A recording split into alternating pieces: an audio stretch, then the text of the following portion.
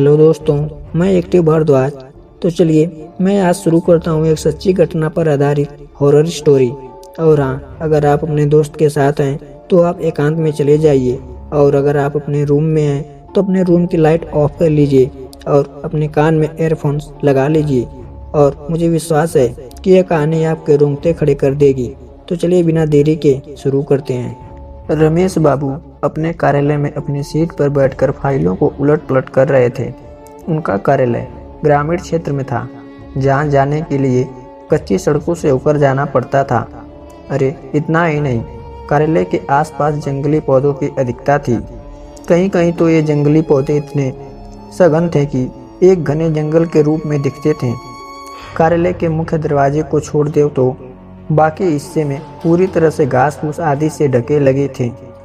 कार्यालय के कमरे की खिड़कियां आदि पर लंबे लंबे घास भूसों का साम्राज्य था। दिन में भी कार्यालय में एक हल्का अंधकार पसरा रहता था, जिससे ऐसा लगता था कि यह कार्यालय हरी भरी वादियों में शांत मन में बैठा हुआ किसी गहरे चिंतन में डूबा हो। क्योंकि इस कार्यालय में कुल कर्मचारी की संख्या 5 ही थी, जिसमें से एक राम लेखावन थे, जो चपरासी के रूप में यहाँ अपनी सेवा दे रहे थे। राम लेखावन वह व्यक्ति थे जिनके कार्य व्यवहार से वह शांत कार्यालय कभी कभी मुखर हो उठता था और कर्मचारी की हंसी ठिठोली से जाग उठता था। राम लेखावन जी पास के ही एक गांव के रहने वाले थे और प्रतिदिन कोई न कोई सहजन घटना कार्यालय के बाकी 4 कर्मचारियों को सुनाया करते थे। वे विशेषकर जब भी कार्यालय में प्रवेश करते तो सबसे पहले रमेश बाबू के कमरे में जाते और राम राम कहने के साथ ही शुरू हो जाते कि बाबू कल तो गांव में गजब हो गया। रमेश से दैया को जंगल में चुड़ैल ने पकड़ लिया था, तो मनोहर का सामना एक भयानक भूत से हो गया। जब तक राम लेखावन जी के सभी कर्मचारियों से मिलकर कुछ भूत प्रेत गांव गड्ढा की बातें नहीं कर लेते, उन्हें कल चैन नहीं पड़ता था। कोई कर्मचारी राम लेखावन की बातों को सहजता नहीं सुनता था, कोई केवल हाँ हूँ करके उस और कान नहीं देता और उन्हें स्टोव जलाकर चाय बनाने के लिए कह देता था। पानी की मांग करके उनसे बचने की कोशिश करता। राम लेखावन की बातों को रमेश्वर बाबू बहुत ही सहजता से सुनते और पूरा ध्यान देते हुए बीच बीच में हाँ हूँ करने के साथ कुछ सवाल भी पूछते। एक दिन की बात है, राम लेखावन जी कार्यालय में थोड़ा जल्दी ही पहुंच गए और सीधे रमेश बाबू के कमरे में घुस गए। और उस समय रमेश्वर बाबू अपनी कुर्सी पर नहीं थे, शायद वे अभी कार्यालय पहुंचे ही नहीं थे। राम लेखावन थोड़ा हर सहमे लग रहे थे और बार बार अपने माथे आ रहे पसीने को गमछे से पोंछ रहे थे। वे ज्यों ही कमरे से बाहर निकले त्यों ही कार्यालय के प्रांगण में उन्होंने रमेश बाबू को अपनी साइकिल को खड़े करते हुए देखा। वे दौड़कर रमेश्वर बाबू के पास गए और बिना जेस्मी किए ही हल्का घबराहट बोले, बाबू बाबू कल रात को तो गजब हो गया। मेरा पूरा परिवार आफत में आ गया है, समझ में नहीं आ रहा है कि क्या करूं। रमेश्वर बाबू ने उन्हें अपने कमरे की ओर चलने का इशारा करते हुए आगे आगे तेज कदमों से अपने कार्यालय कक्ष में प्रवेश किए। फिर एक कुर्सी पर राम लेखावन जी को बैठने का इशारा करते हुए अपने झोले को वहीं मेज पर रखकर एक गिलास में पानी लेकर कक्ष से बाहर आकर हाथ धोए। उसके बाद कमरे में लगे हनुमान जी की फोटो को अगरबत्ती दिखाने के बाद अपनी कुर्सी पर बैठते हुए राम लेखावन से बोले, राम लेखावन अब अपनी बात पूरी विस्तार से बताइए।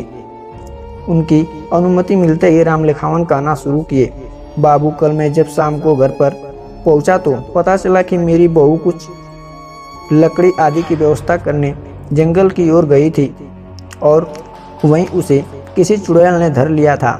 वह इधर उधर जंगल में भटक रही थी, तभी कुछ गांव के ही गाय बकरी चरवाहे की नज़र उस पर पड़ी। वे लोग स्थिति को भांप गए और मेरी बहू को पकड़कर घर पर छोड़ गए।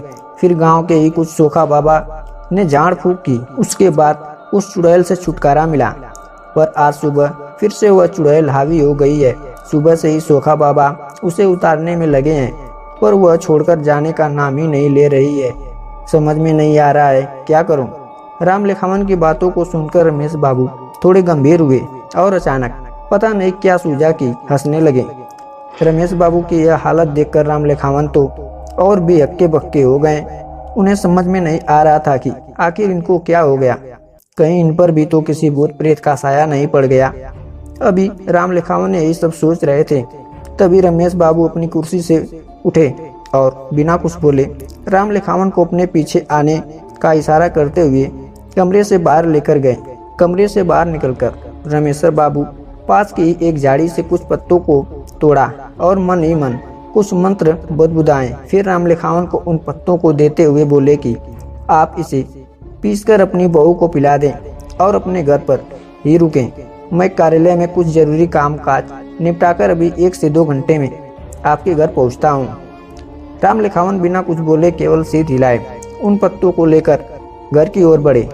रास्ते में उन्हें केवल एक ही बात खाए जा रही थी कि रमेश्वर बाबू को यहाँ आए 3 साल हो गए, पर कभी इन्होंने इस बात का जिक्र नहीं किया कि वे भूत प्रेत को उतारना भी जानते हैं।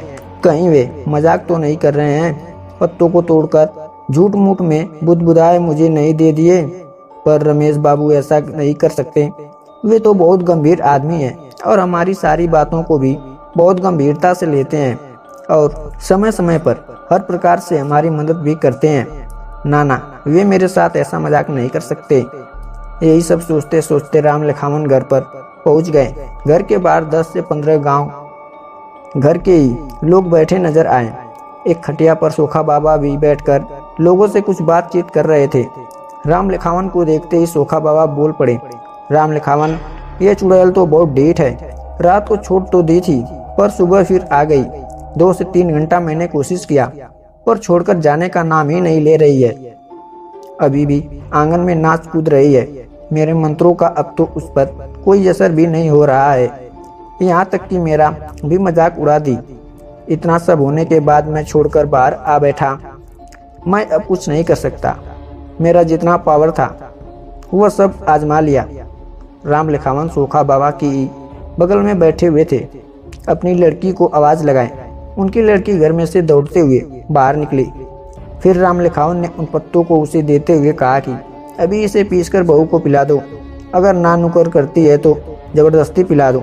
इसके बाद राम लखावन की लड़की उन पत्तों को लेकर गई तथा उन पत्तों को पीसकर अपनी भाभी को पिलाई। अरे यह क्या, ये घूंघट अंदर जाते ही राम लखावन जी की बहू तो काफी शांत हो गई। वहीं आंगन में ही एक तराई पर बैठ गई। अब उसके व्यवहार में काफी अंतर आ गया था। उसका कुंदरा नाचना बंद हो गया था। राम लखावन की लड़की दौड़ते हुए घर के बाहर निकली और राम लखावन की ओर देखते हुए बोली, बाबू बाबू, भौजी को अब आराम हो गया है। वे आंगन में ही अब शांति से बैठी है। बाहर जितने लोग बैठे थे वे सब हतप्रद हो गए। तो दोस्तों, इस कहानी को हम पूरा करेंगे नेक्स्ट वीडियो में। अगर यह कहानी आपको रोमांचक और दिलचस्प लगी हो तो नेक्स्ट पार्ट इसका जरूर देखें। तो चलिए मिलते हैं नेक्स्ट वीडियो में।